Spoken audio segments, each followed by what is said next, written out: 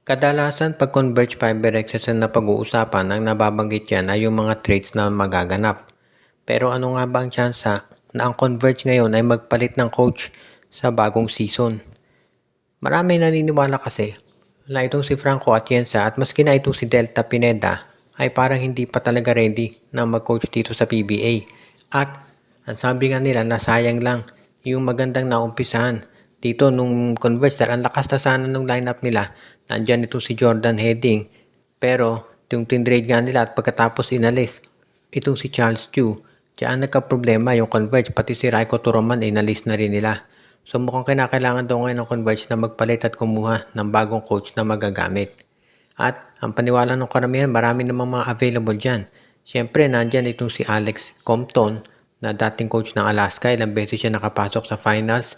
Itong si Chris Gavina, pwede rin nila subukan. Si Ryan Gregorio, nandyan. Si Norman Black. So, hindi sila nawawala ng option. Si Topex Robinson, alam natin, isa yan sa pinakamagaling na coach ngayon dito sa UAAP at maski na dito sa Pilipinas. So, pwede na si Topex Robinson ang kunin nila. Alam din natin matunog yung pangalan ni Robinson dito sa Magnolia. Pero kung gagandahan ng Converge yung offer nila, pwede talaga na mapunta yan sa kanilang grupo. Kaya nga dito natin makikita talaga na magiging maganda para dito sa lineup ng Converge rather, kung makuha nila itong si Topex Robinson.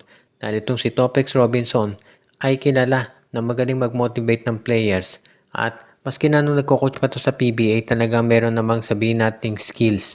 Kaya pwedeng itong kunin ng Converge Fiber Xers. Kapag yan ang naging bagong coach nila, maraming naniniwala mas malayo ang mararating ng team na ito. Baka hanggang final sumabot.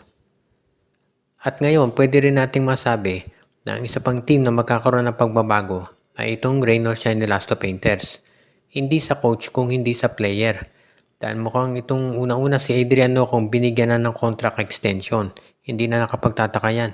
Dahil itong si Adrian Nocong si Jonor Clarito, parang sila na ang lumalabas ng mga top players ngayon dito sa Rain or Shine.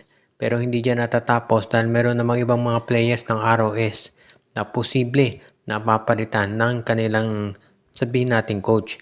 Kabilang na dyan sa pwedeng matrade ito si Luis Villegas dahil halos 2 years na itong hindi nakapaglalaro dahil sa samot-saring mga injury.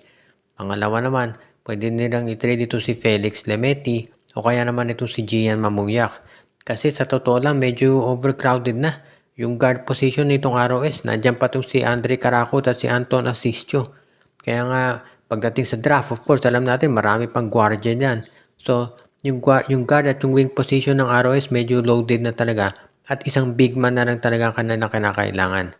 Kaya mukhang yan talaga ang magiging sabihin nating pagbabago na kinakailangan dito sa Rain or Shine.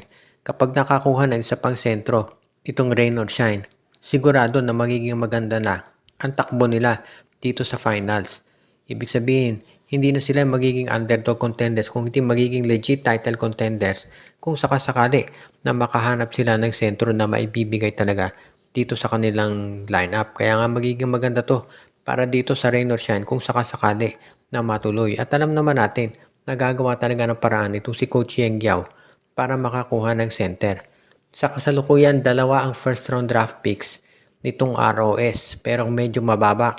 Pwede nilang i-trade yung 2 yan para sa isa na mas mataas ang posisyon. So gaganda itong position ngayon ng Rain or Shine kung sakasakali na ituloy nga nila yan.